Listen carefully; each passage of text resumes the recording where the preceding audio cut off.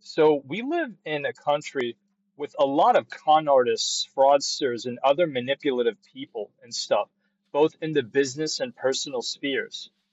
And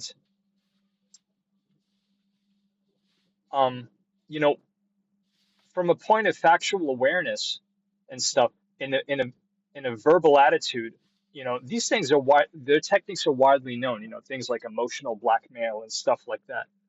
Um, you know, uh, and coercions and the other things that they do and stuff. But how do you practically, in practical terms, how do you know you're dealing with a manipulator and stuff? Somebody who's trying to fleece you, somebody who's trying to exploit you and stuff, despoil you. And so somebody who's trying to control you, put their fingers in your brain, so to speak, make you their puppet, wrap you around their finger, stuff like that, keep you under their thumb and stuff as something less than human and stuff. Well, I'll tell you and stuff. It they, now I could when it's person to person, what they do is one of the things they do is they make you drop factual awareness. They distract you. Okay. Um, you might even get tongue-tied at that point, or just be at loss for responses and stuff. But your first instinct should be to never give them the satisfaction. Okay.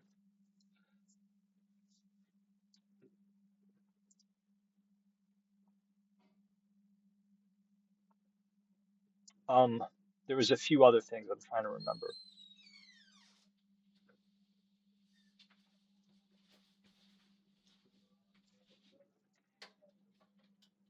Yeah. People who kind of disturb your emotional equilibrium to where you can't make heads or tails logically in your head and stuff. Those are people who are doing it, manipulation attacks and stuff. And often people can feel that sentimentally and stuff. You know, they feel it throughout their body, but sometimes they don't, which can make it um, less convenient to notice.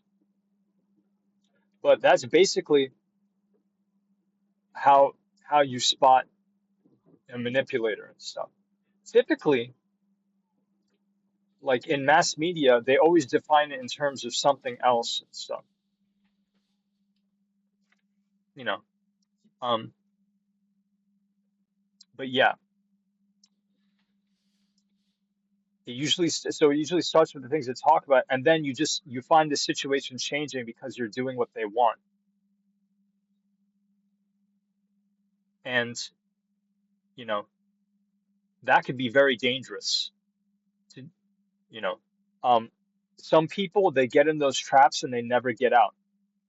I know people that that I knew 8 years ago and stuff. To this day, they're still trapped with a narcissistic partner or something, or somebody else who has them wrapped around their finger.